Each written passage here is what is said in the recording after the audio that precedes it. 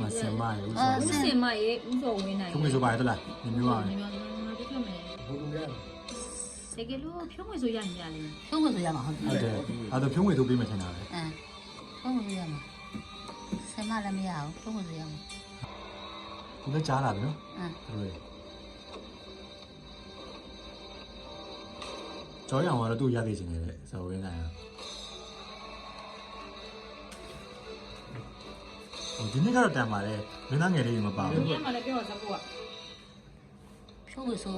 ငါ အကောင်းမှကောင်းတယ်ဗျာဖြုံးငွေဆိုကနေဝင်းအောင်ဆိုရေးပြီးရိုက်ခံပေးရတာစပို့နေတယ်လေ နော်ဖြုံးငွေဆို ဖြုံးမဆို မနေ့သားပြောလိုက်ဟာမှရတယ် ဖြုံးမဆိုဖြုံးမဆို ခုမှငါကြည့်ရကိစ္စ အတားပါ နေမျိုးတော့ အာနေမျိုးအောင်လေဟိုး တိုးရတဲ့လိုပြောတာနေမျိုးအောင်နေမျိုးအောင်ဘယ်ခမ်းမှရ ဟိုမြေတို့ကားထဲမှာမြစ်လက်တက်တွေမရေးစေးချင်နေတယ်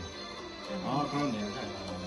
အဲ့ကားတခြားမကြည့်လိုက်ရလို့ ကောင်းတယ်6ကား6ကား အဲ့မင်းဦးရိုက်တာမင်း အဲ့ ဦးရိုက် ဒါ တာ နေတို့ရဲ့အကိုလေ ကောင်းတယ်ခိုင် အမင်းဦးရိုက်တာ ဟုတ်ဘူး တက်ပြည်သားရှင်များနေတယ်လို့ပြောပြ